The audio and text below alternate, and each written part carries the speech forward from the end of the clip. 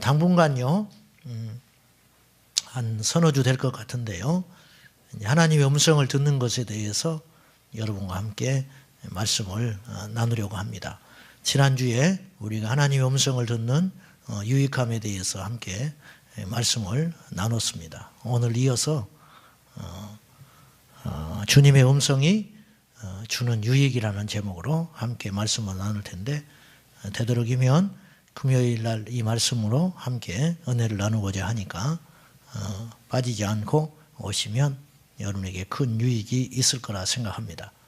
제가 이제 주님의 음성에 대해서 설교를 지난주부터 하게 된 한 주 정도 하려고 그랬는데, 하다 보니까 이게 상당히 중요하고 또 방대한 것 같아요.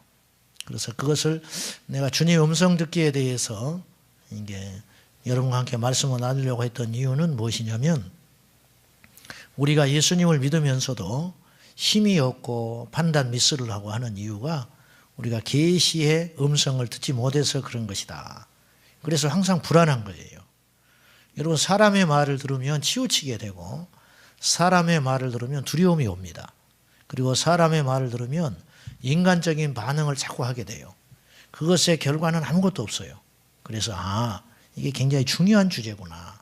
그래서 이걸 가지고 제가 부족하나마 여러분과 함께 주님이 주신 음성을 듣고 또 판별하고 또 주님의 주신 귀한 은혜와 계시 가운데 우리가 한번 들어가 보면 좋겠습니다. 자, 하나님의 음성을 듣는 것은 은사일까요, 아닐까요? 다시 말해서 하나님의 음성을 누가 들었다 그러면, 요새는 조금 많이 좀 익숙해졌지만은, 누가 내가 하나님 음성 주께서 말씀하시는데 이렇게 하더라 그러면 아마 우리도 모른 채 좀 거부감이 생길 거예요. 지 혼자 예수 믿나? 니만 음성 듣냐? 나는 날마다 들어. 듣지도 못하면서. 이런 어떤 묘한 생각이 들면서 옆에서 자꾸 주님이 말씀하셨다는 둥, 하나님께서 내게 이렇게 말씀하셨다고 그러면 그것이 좋아 보이고 또 이렇게 흠모해 보이기보다는 왠지 거부감이 생기고, 좀 잘난 척하네, 또 좀 위험하지 않냐, 이 사람 신비주의 아니야, 이런 생각을 하기가 쉬울 것 같아요. 저부터서도 그럴 것 같아요. 그런데 하나님의 자녀잖아요. 우리가 자녀는 아버지의 음성을 들을 수 있어야지요. 내 양은 내 음성을 듣나니. 예수님 요한복음 10장에 그랬거든요. 양은 목자의 음성을 듣는다는 거예요. 양은 시야가 굉장히 나빠요. 2, 3m 앞을 못 본다는 거예요. 그런데 양이 목자를 떠나지를 않습니다. 그 이유는 목자의 소리를 기억하고 있다가 어릴 때부터 익숙해진 그 목자의 소리 외에는 듣지 않아요. 이웃집 아저씨가 와도 말을 듣지 않고요. 그래서 목자가 소리를 내면 그 소리에 안심을 하고, 그 소리가 멀어지면 쫑긋 길을 세워서 쫓아갑니다. 당연히 시야가 나쁘니까 이 귀는 굉장히 발달해 있죠. 그래서 목자는 길을 잃어버린 양은 목자와 함께 있으면 길을 잃어버린 법이 없어요. 그래서 주님께서 그 비유를 통해서 목자는 양은 반드시 목자의 소리를 분별하고 들을 수 있다. 서로 교감이 된다는 거예요. 그러면 거기서 양은 우리를 일컬어서 하는 말이잖아요. 그 목자는 예수님을 일컫는 말이고, 그러면 우리가 주님의 양된 자로서 마땅히 주님의 음성을 듣고 또 들려올 수 있어야 정상적인 그리스도인이라는 거예요. 다시 한번 질문하겠습니다. 주님의 음성을 듣기 할 때, 주님의 음성을 듣는다는 것은 은사일까요, 아닐까요? 은사가 아닙니다. 고린도전서 12장에 보면 은사가 나옵니다. 영을 분별하는 것, 또 말씀을 전하는 능력, 은사, 병 고치는 능력, 또 어떤 가르치는 은사, 이런 은사들이 한 9가지 정도 나오는데, 그 은사 중에 하나님의 음성을 듣는 것은 없어요. 그건 무슨 뜻이냐면, 하나님의 음성 듣기가 잘못됐다는 뜻이 아니고, 하나님의 음성을 듣는 건 보편적인 역사라는 거예요. 특별한 사람에게만 하나님께서 말씀하는 것이 아니고, 주님의 음성은 귀 기울여 주님을 사모하고 원하는 자에게 모두에게 주시는 믿음의 선물이라는 거예요. 우리가 하나님의 음성을 안 듣고, 저도 역시 마찬가지고 그런 훈련이 안 돼 있기 때문에 안 듣고 또 들려오지 않는 이유는 뭐냐면 훈련이 안 돼 있기 때문에 그래요. 또 하나는 이 친밀감이 주님과 형성되어 있지 않기 때문입니다. 여러분, 오래 예수 믿은 분일수록 주님과의 관계가 친밀감보다는 형식적이고 수동적인 관계인 경우들이 많습니다. 우리는 기도를 굉장히 강조합니다. 저도 처음 교회 가니까 기도하는 것에 대해서 굉장히 강조하는 이 목사님을 만났어요. 지금도 감사하게 생각하는데요.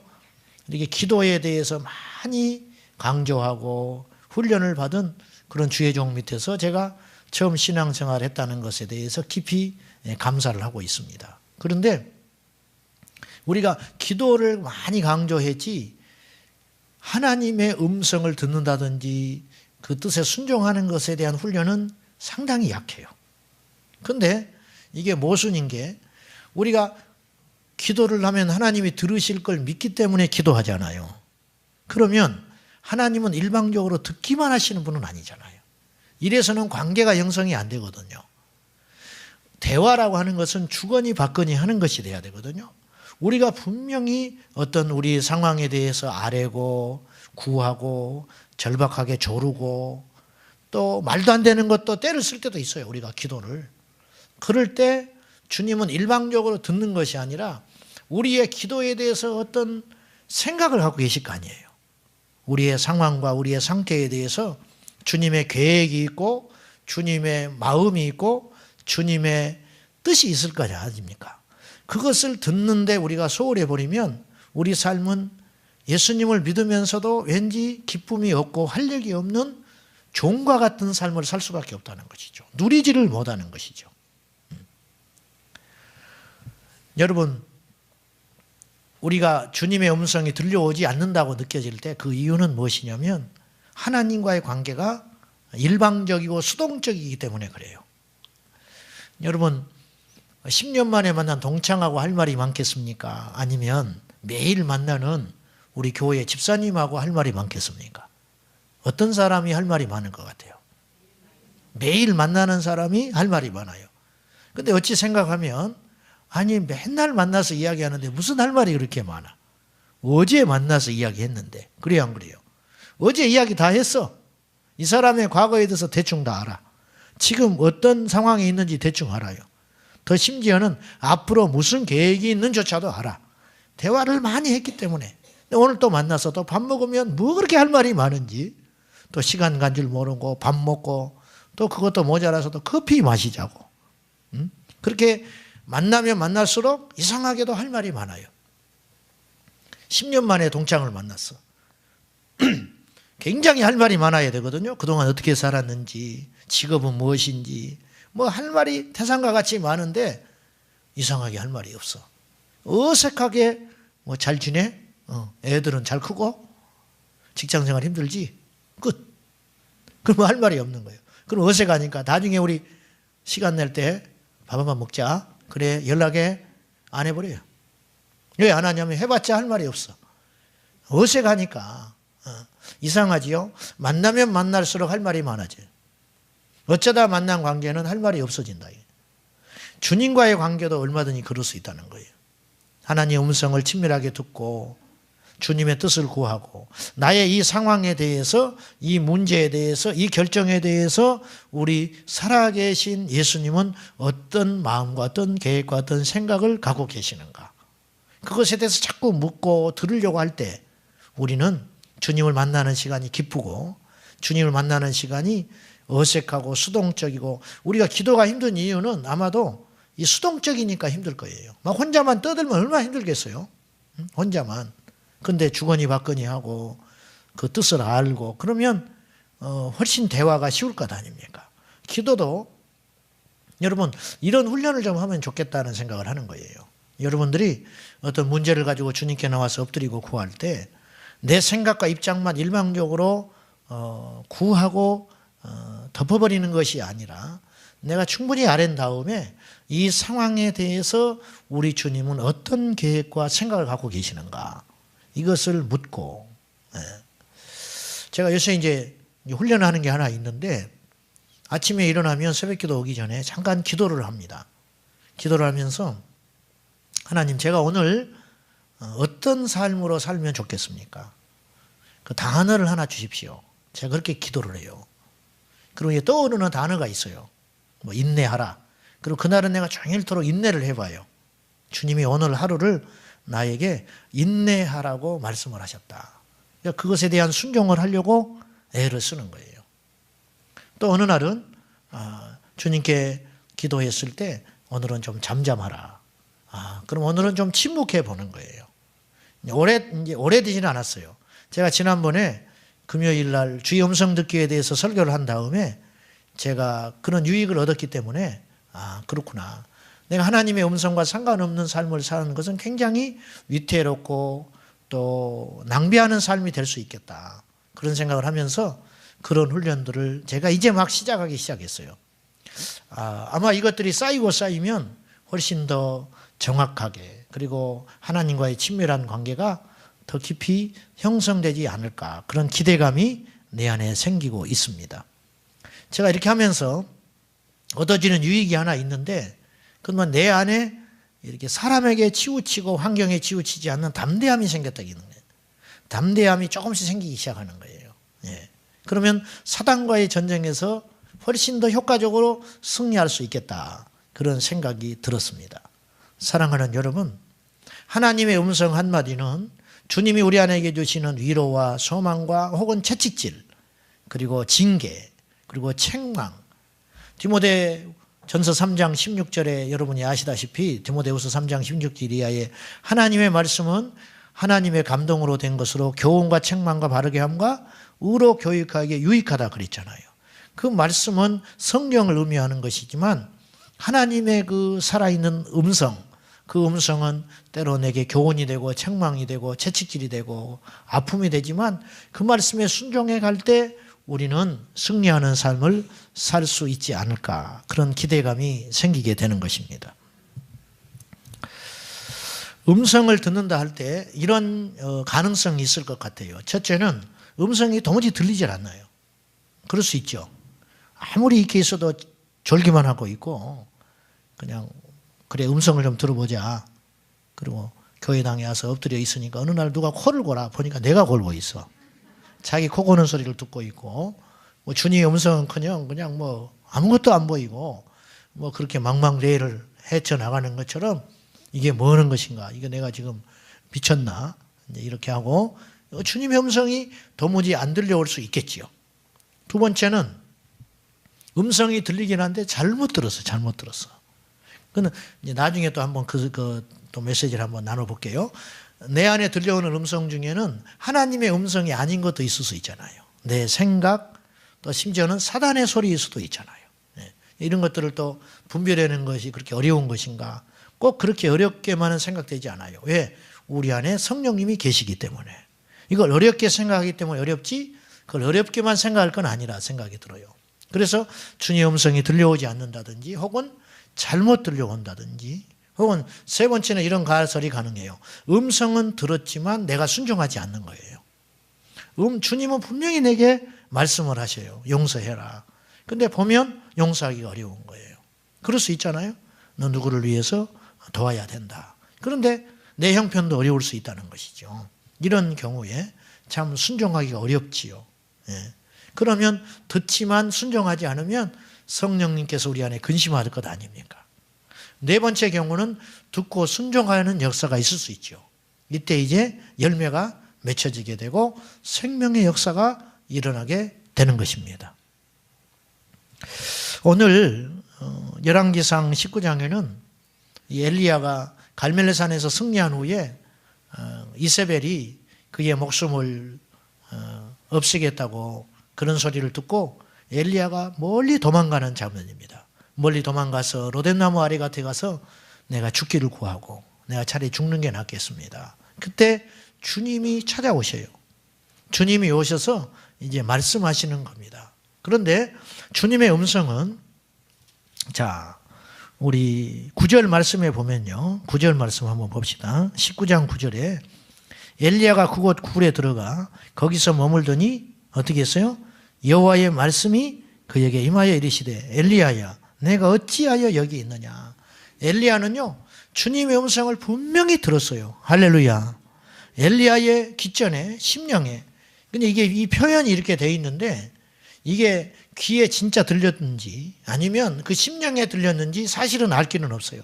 한 가지 분명한 것은 주님이 오셔서 말씀을 하셨고 엘리야가 들었다는 겁니다. 여러분 이런 이야기는요 성경에 흔하게 일어나고 있어요.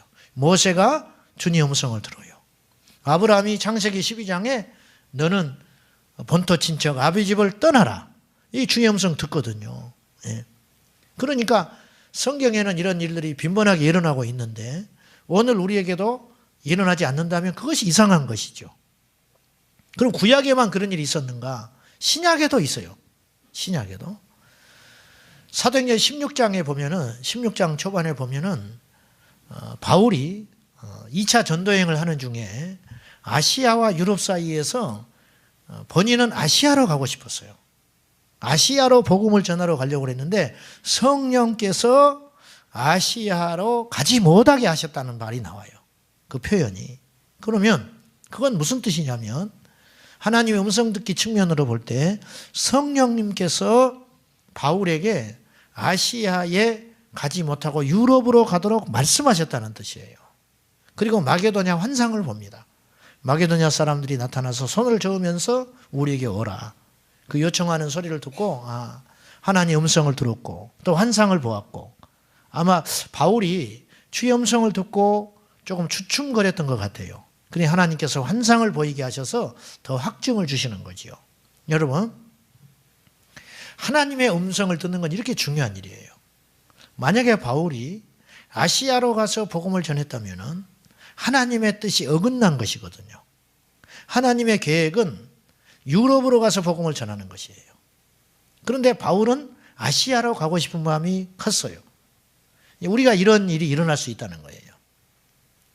이 한 사건은요, 세계 지형을 바꾸는 놀라운 일이 일어났어요. 만약에 바울이 하나님의 음성을 듣고도 무시하고 아시아로 갔다면 어떤 일이 벌어졌을까? 그건 상상하기 어려운 일이에요. 여러분, 우리가 무심코 하나님의 음성을 듣고 순종하는 그 한 번의 결단은 우리 후대에 놀라운 역사가 일어나는 중요한 결정이 될 수 있다는 거예요.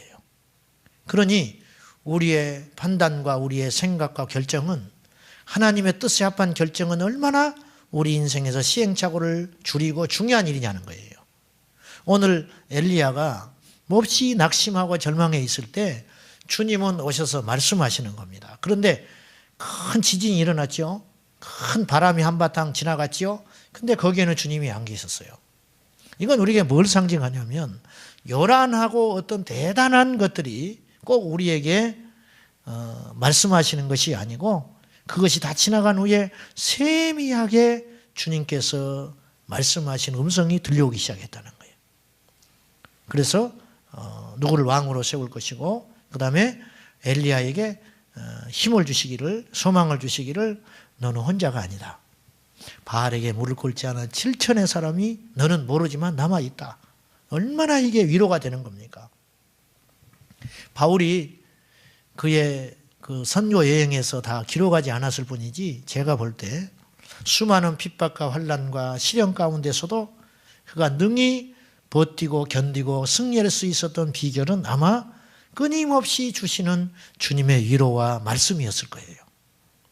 예수님께서 이 땅에서 얼마나 이 대화가 안 통하고 답답한 제자들과 함께 무리들과 함께 외롭고 힘든 삶을 사셨습니까? 그때마다 주님께서 이기고 승리했던 삶을 살았던 것은 주께서 끊임없이 하늘에 계신 하나님께서 성령으로 말미암아 예수님께 말씀하셨기 때문에 예수님은 능히 승리할 수 있었고 기뻐할 수 있었고 원수들의 목전 앞에서도 감사하는 삶을 살 수 있었던 것입니다. 여러분, 우리에게 주님 주시는 확증과 주님 주신 말씀과 약속이 우리 안에 있기만 한다면 무엇이 무섭겠습니까? 지금이 어려운들 무엇이 어렵겠어요? 왜? 이미 우리는 답을 알고 있는데. 할렐루야. 우린 답을 아는 인생이 되잖아요. 바알에게 무릎 꿇지 않은 7천의 용사가 있다. 엘리야가 이 말씀을 들었을 때 주변에 아무도 없지만 하나님께서 나와 함께 할 수 있는 7천 명의 용사가 있구나. 외롭지 않죠. 어디 가도 또 이 사람들이 날 만나게 하나님이 하시겠구나.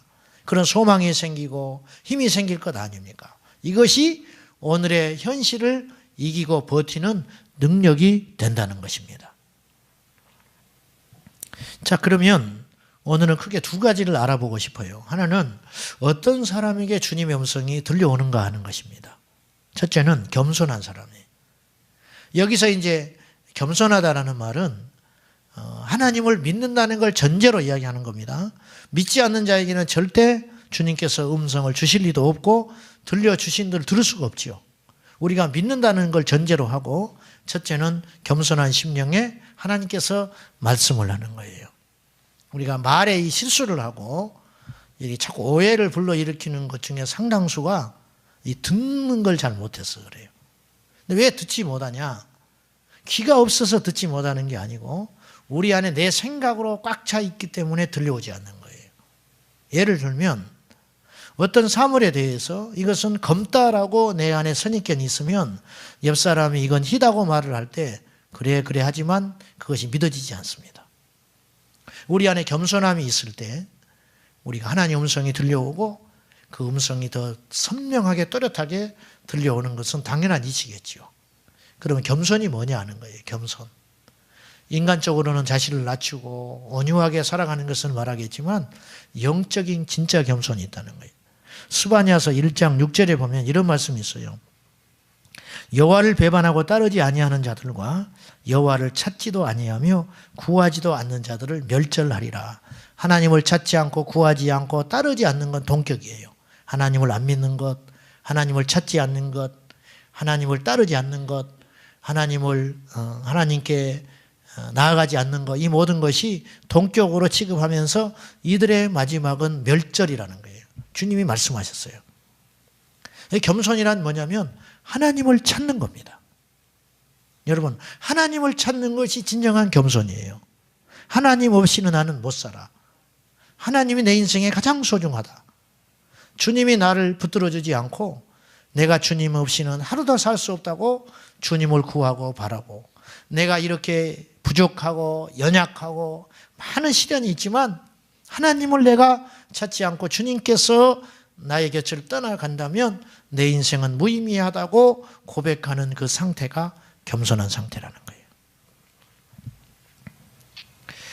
거예요. 사람은 좋은데, 참 겸손하고 온유하고 부드럽고 좋은데 하나님을 향하여 닫힌 사람이 있어요.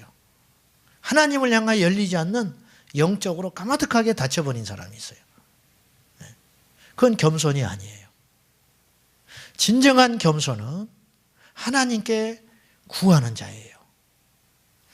여러분, 교회를 오래 다닌 것과 상관없이 어떤 은사나 그런 상황과 상관없이 하나님을 구하는 것이 겸손입니다. 저는 여러분에게 부탁하고 싶어요. 하나님을 구하십시오. 근데 하나님을 구하는 사람이 의외로 많지 않아요. 평안하다는 거예요. 또 어렵기 때문에 하나님을 또 안 찾아요. 어떤 사람은 자기 자아가 너무 강해서 또 하나님을 찾지 않아요. 하나님이 사랑하는 자는 그래서 그걸 꺾어버립니다. 절대로 하나님 그걸 두지 않아요. 만약에 자아가 강하고 하나님을 찾지 않음에도 불구하고 그분이 하나님을 찾지 않은 상태로 죽어서 하나님 앞에 간다면 그 사람은 축복이 아니에요. 우리 인생에서 시련이 오고 고난이 오지만 우리가 그 하나님 앞에 겸손한 심령으로 우리를 만들어 가시고 우리를 다루시는 것에 대해서 기뻐하고 감사하시기를 진심으로 축원합니다. 그것이 은혜입니다. 그것이 축복이에요. 겸손한 사람에게 주님의 음성은 들려오기 시작하겠죠. 너무 당연하죠. 두 번째는 정결한 마음 가운데 주님의 음성이 들려오기 시작합니다. 시편 66편 18절에 보면 내가 나의 마음에 죄악을 품었더라면 주께서 듣지 아니하시리라. 내 안에 죄가 있으면 하나님과의 관계가 무너지기 시작하는 거예요. 인간관계에서도 죄가 끼면 그 사람과 담이 생깁니다. 하나님은 뭐 더 말할 것도 없어요. 다윗이 우리아의 아내 밧세바를 범한 후에 제일 염려하는 것은 내 안에 주의 영이 떠날 것을 염려합니다. 그래서 시편 51편에 내게 주의 성신을 거두지 말라고. 다윗이 뭔가를 아는 사람은 아는 사람인 거예요. 성령의 시대가 아닌데도 불구하고 성령의 그 중요함과 가치를 아는 사람이에요. 사람들이 조롱하는 게 두렵지 않았어요. 다윗이 정말 두렵고 떠는 것은 뭐냐면 자기 안에 임하신 계시가 떠날 것을 두려워하는 거예요. 이것이 떠나버리면 자기는 아무것도 아니라는 거예요. 그래서 내 안에 정직한 영을 주시라고 기도해요. 대단한 기도를 하고 있는 거예요, 사실. 은혜 받은 사람만이 할 수 있는 기도예요. 하나님은 능력 있는 사람을 구하지 않아요. 이 시대의 관점으로 예수님의 12제자를 판단해 보면 12명의 제자 중에 제일 이 시대에 어떤 사람이 뽑아서 한 사람을 뽑아서 쓴다면 가룟 유다를 뽑을 거라는 거예요. 어떤 사람이 그런 이야기를 했어요. 가룟 유다는 지혜로웠습니다. 계산에 능했습니다. 그리고 처세에 능했고요. 그 다음에 상황 판단이 정확히 하는 사람이에요. 이제 이분과 함께해서는 더 이상 비전이 없다. 이분은 더 이상 이분과 기댔다가는 나의 목숨도 위태로울 수밖에 없다는 걸 아는 사람이 가룟 유다가 유일했어요. 그래서 예수님을 팔아버린 겁니다. 베드로는 다혈질입니다. 그리고 단순하기 짝이 없어요. 그렇잖아요. 세리마테, 그는 과거가 세리인 사람이고 이 사람은 적합하지 않은 사람이에요. 그러니까 인간의 관점으로 보면 가룟 유다가 제일 적합한 사람이라는 거예요. 이건 결코 과장된 말이 아니에요. 그러나 하나님은 단순하고 그러나 하나님을 향하여 한결같은 마음을 가진 베드로를 쓰시는 거예요. 자, 아브라함, 모세, 다윗, 바울, 베드로, 이 사람들의 공통점이 뭔지 아세요? 이들이 하나님 앞에 정결하고 단순했다는 거예요. 가라, 가는 거예요. 자신의 잘못을 뉘우칠 줄 알고. 이들은요, 살인자이고요. 또 죄를 지은 사람들이고요. 예수님을 모른다고 부인했던 사람이고 예수님이 세우신 교회를 박해했던 사람이기도 해요. 사실은 부적합한 사람들이에요. 아브라함은 우유부단한 사람입니다. 그런데 하나님께서 그들을 쓰는 이유는 뭐냐면 간사하지 않았다는 거예요. 여러분, 두 마음을 품으면 정말 대책이 없어요.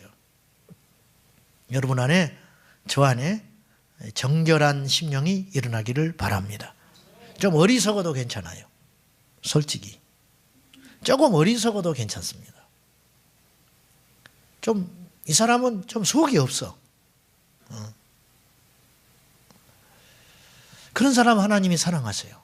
그래서 어린아이 같은 자가 하나님 나라에 적합한 거예요. 어린아이가 특별히 겉모술수를 쓸 수 없죠. 그건 어린아이가 아니죠. 이미 어린아이가.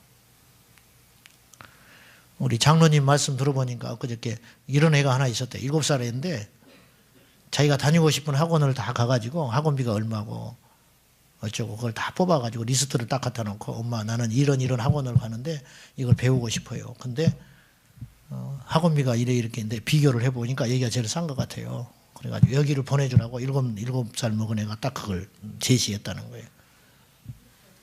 좀 소름 끼치죠? 좀 거시기 하잖아요. 왠지 참 그런 사람 하나님이 쓸 수가 없어요. 쓸 수가 없는 게 아니라 얘는 하나님께 구부려 들려고 하질 않을 거라고. 정결하고 순박하고 하나님 앞에 실수하고 넘어지지만 또 이렇게 주님 앞에 다시 붙들고 주님을 간절히 찾는 사람, 그 사람을 하나님이 사용하신다는 겁니다. 그런 사람에게 하나님 음성이 들려옵니다. 세 번째는 자기의 의지를 포기할 줄 아는 사람에게 하나님께서는 말씀하세요. 의지라고 하는 건 내가 하고 싶은 것이거든요. 내가 하고 싶은 어떤 것들은 하나님의 계획을 제한할 수가 있습니다. 하나님의 계획을 제한해요. 예수님께서 겟세마네 동산에서 이 고난의 잔을 마시지 않고는 피할 수 없겠습니까? 예수님도 의지가 있었어요. 어떤 의지냐면 이 고난의 잔을 피하고 싶은 거예요. 그때 주님은 침묵하셨어요.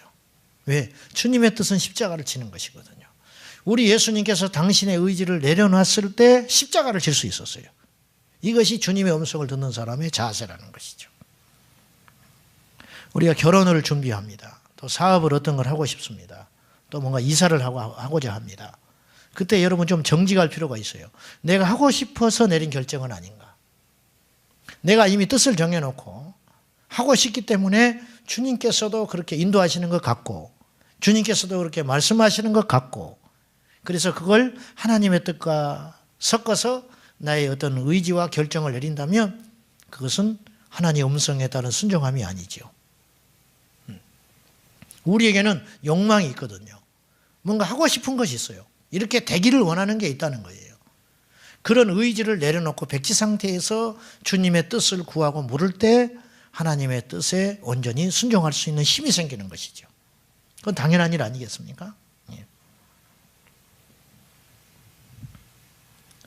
심지어는 성경 말씀을 가지고도 우리가 얼마든지 속을 수 있고 농락당할 수 있다는 겁니다. 예. 큐티를 합니다.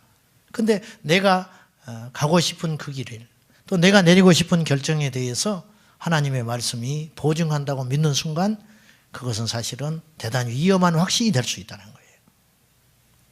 어떤 교회에서 초신자가 이런 간증을 했어요. 이게 부부 사이가 너무 나빠가지고 이렇게 헤어져야 되는가. 그 문제를 놓고 하나님께 간절히 기도했을 때 성경을 읽는 중에 성경 말씀에 하나님이 짝지어준 것을 사람이 나눌 수 없느니라.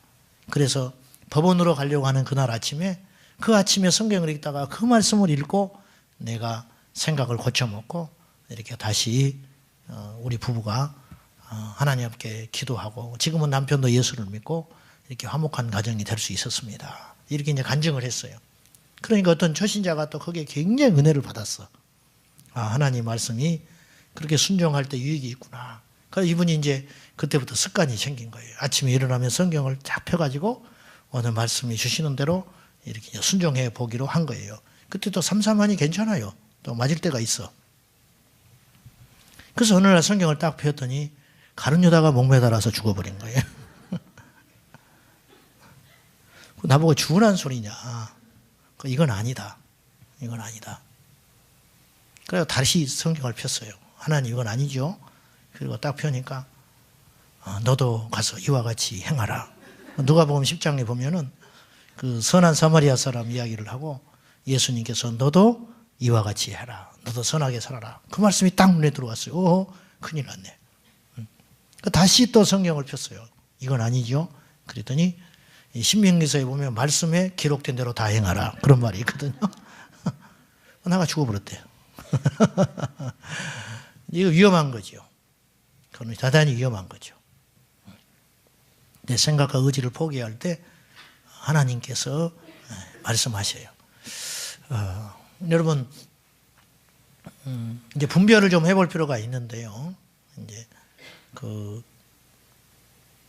조이 도이슨 그분이 주의 음성을 듣는 방법 그 책에 보니까 그 간증한 것이 나와 있는데 지난주에 잠깐 소개를 했죠. 그분이 불신자를 만나서 전도한 것에 대해서.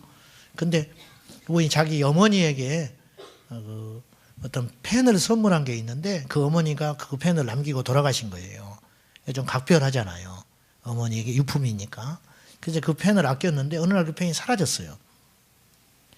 그래서 이제 아무리 찾아도 없는 거예요. 그럼 어떻게 해야 돼? 하나님께 기도했다는 거예요. 기도했더니 주께서 어떤 것들을 생각나게 하셨어요. 그건 뭐냐면 화장실 변기를 생각나게 하셨어요. 근데 자기 화장실 가서 다 뒤졌거든요. 그래서 다시 갔어요. 갔더니 변기 뒤에 그 볼펜이 떨어져 있었더라는 거예요. 이런 일들이 그것에만 있는 게 아니라 우리 일상에서도 일어날 수 있습니다. 지난주에 박보영 목사님 제가 잠깐 간증했지만은 그 박보영 목사님의 그 같이 사역하던 전도사님이 계셨대요. 그분이 돌아가셨다고 하지요. 근데 그분이 굉장히 신령했대요. 어느 정도로 그 하나님 음성에 그 말씀하시고 그런 것에 대단했냐면 그 마가다락방 기도원이 있거든요. 근데 어떤 분이 안경을 잃어버렸다는 거예요. 안경. 아무리 찾아도 없어요. 그 본당 아내를. 그래서 이제 근데 그 전도사님이 제가 함께 하나님께 한번 물어볼게요. 그런다는 거예요. 그러면 그런 일이 생기면 이분은 자기가 하나님께 물어본다고 그런대요. 그리고 기도를 하러 간대. 그러면 찾을까요? 못 찾을까요? 에? 찾으니까 내가 이야기를 하지. 그러면 이제 하나님이 가르쳐 준다는 거. 피아노 의자 밑에. 그럼 의자 밑에 가면 피아노가 있지. 피아노 의자 밑에 가면 그 안경이 떨어져 있다는 거예요. 뭐 이런 일이 계속 일어나는 거예요. 심지어는 그 집회를 하면 그 여름에 같은 데 이렇게 특별한 집회를 하거든요. 집회를 하면 오늘 낮에는 헌금이 얼마 거칠 거라고 이야기를 한대요. 그 전도사님이 10원짜리도 맞춰버린대. 10원짜리 하나도. 뭐 깜짝 놀랄 일이라는 거예요. 무시무시하죠. 근데 이분이 돌아가셨어. 그러니까 그분을 만나려고 하지 마세요. 그분은 가셨으니까. 또 가가지고 또 상담 받아보려고 뭐 제가 어떻게 되겠습니까? 그 2층에를 가세요. 그렇게 알고 싶으면. 여러분, 그건 특별한 은사이죠. 그건 음성 듣기라기보다는 예언의 은사이고 그런 것인데, 여러분, 그걸 마냥 우리가 남의 일로만 여길 것이 아니라 그런 것도 도전해 볼 필요가 있습니다. 여러분, 도전해 보십시오. 아멘? 저는 이상하게 생각하지 않아요. 도전해 보세요. 도전해 보시고 하나님의 인도하심을 이렇게 날마다 우리가 받을 수 있다면 이것이 주는 유익은 뭐냐면 하나님이 나와 함께 하신다는 확신이죠. 확신. 뭐 더 이상도 더 이하도 아니고 그 확신. 예. 그럼 하나 더 주제를 가지고 잠깐 말씀을 나눠보겠습니다. 하나님 음성에 순종할 때 세 가지 유익이 있습니다. 첫째는 시행착오를 줄일 수가 있어요. 하나님 음성에 순종할 때 얼마나 귀한 시간들을 낭비를 우리가 줄일 수 있겠어요. 여러분, 우리 인생이 이렇게 돌고 돌 수 있잖아요. 하나님의 뜻은 분명히 이것인데 내 욕정과 내 욕심과 내 뜻에 따라서 어떤 것을 결정함으로 돌고 돌아서 갈 수 있잖아요. 어떤 사람이 주의 종으로 부름을 받았어요. 그런데 젊은 날에 소명을 받았는데 불순종한 거예요. 나중에 60 먹어서 순종해요. 그러면 잃어버린 그 세월은 하나님 앞에 가서 할 말이 없는 거예요, 사실은. 사사기 1장에 보면 오늘 새벽에 말씀해 봤는데 여호수아가 죽은 후에 가나안 땅에 제비 뽑아서 땅을 정복하러 갈 때 이스라엘 백성들이 하나님께 물어요. 우리 중에 누가 저 땅을 먼저 가서 싸우면 좋겠습니까? 하나님 말씀하십니다. 유다가 올라가라. 그래서 유다가 올라갑니다. 이거 굉장히 중요한 거예요. 이때만 해도 이스라엘 백성들이 건강했다는 증거예요.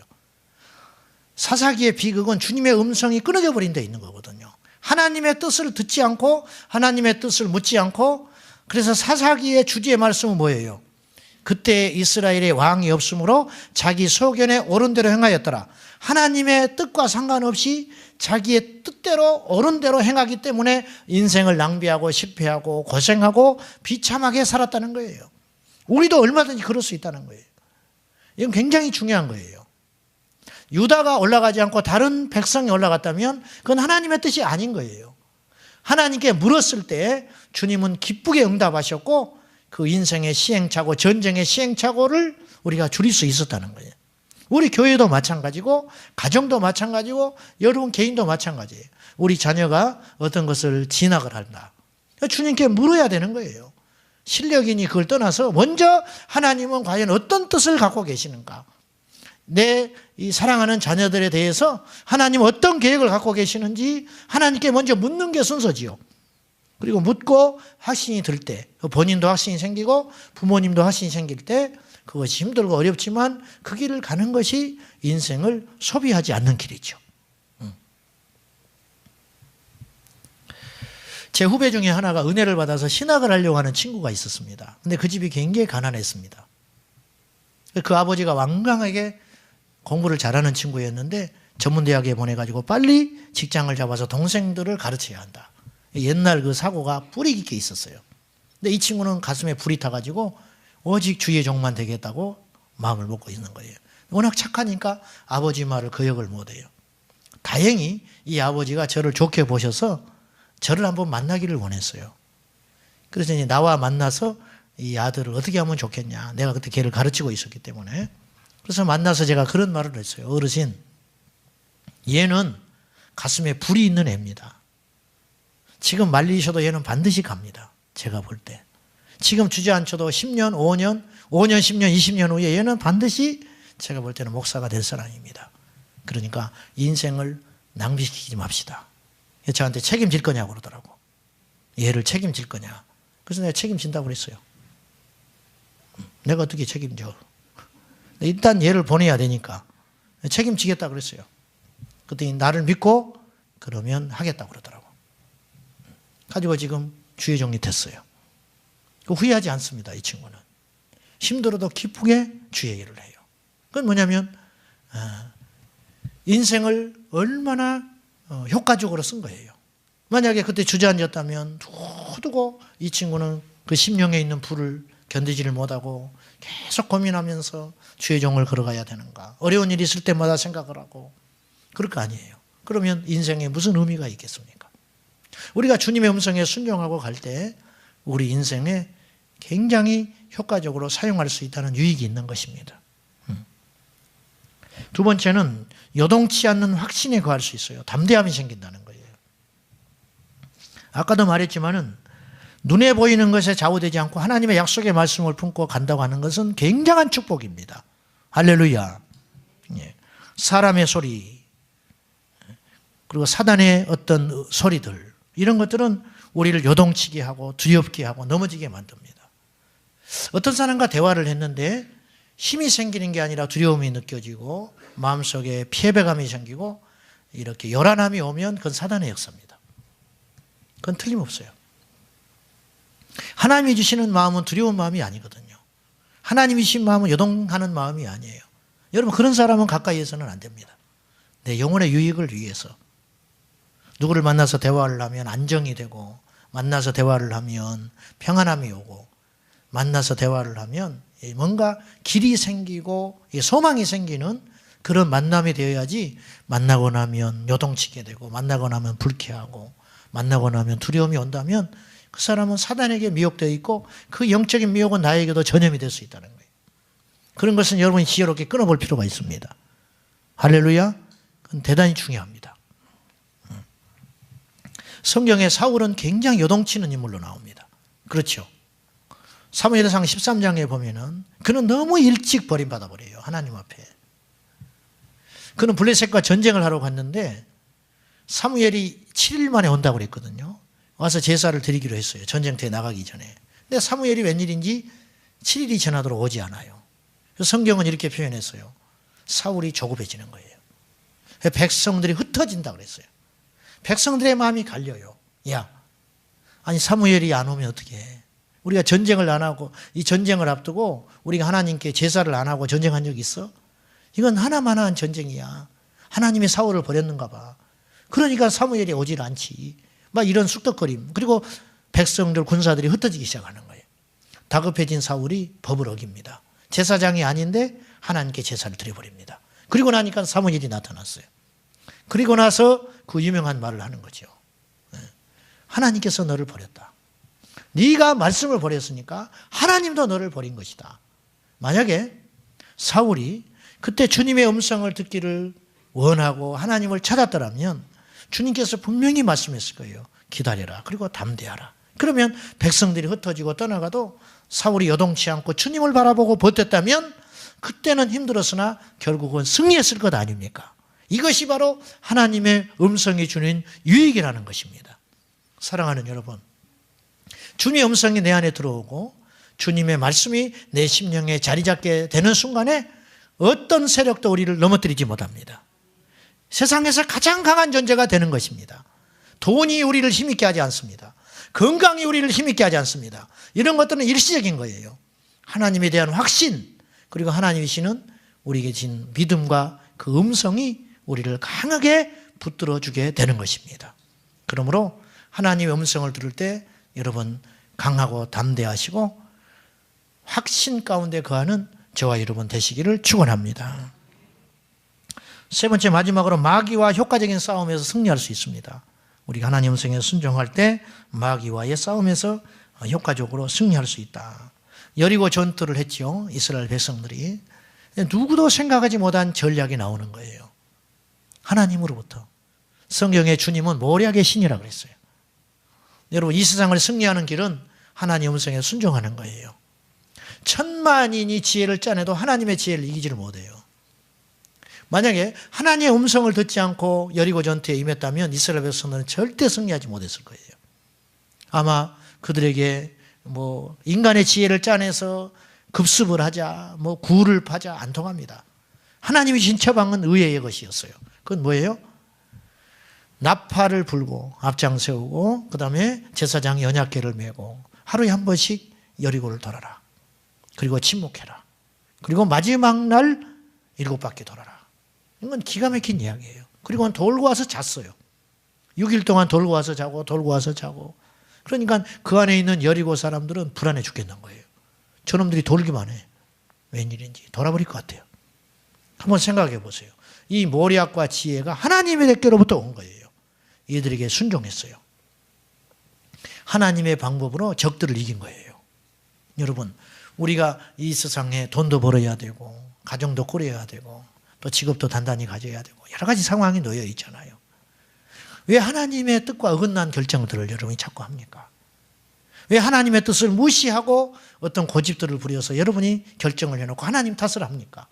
이건 대단히 어리석은 것이라는 것이죠. 이제 과거 지사가 어쨌든지 간에 이제부터 우리가 결단할 게 하나 있는데 하나님의 뜻대로 순종하겠습니다. 그런 마음을 가지고 하나님이 음성 주시는 대로 하나님이 내게 가르쳐 주시는 대로 하나님이 내게 말씀하시는 대로 순종하여 이 영적 전투에서 승리하겠다고 결단할 때 주께서 우리 편이 되어주시고 여러분 절대 저나 여러분이 과정은 힘들고 어려울지 모르고 손가락질 받을지 모르나 마지막 결론은 승리가 될 줄로 믿습니다. 그래서 우리가 직장이나 가정이나 또 인간관계 또 이런 여러 가지 상황 속에서 사람의 소리에 듣지 말고 우리가 그런 것에 미혹되지 말고 철저히 잠잠히 하나님의 음성을 듣고 요동하지 말고 순종함으로 우리 모두가 순종하고 승리하는 복을 누리시기를 예수님의 이름으로 축원합니다. 우리 기도하십시다.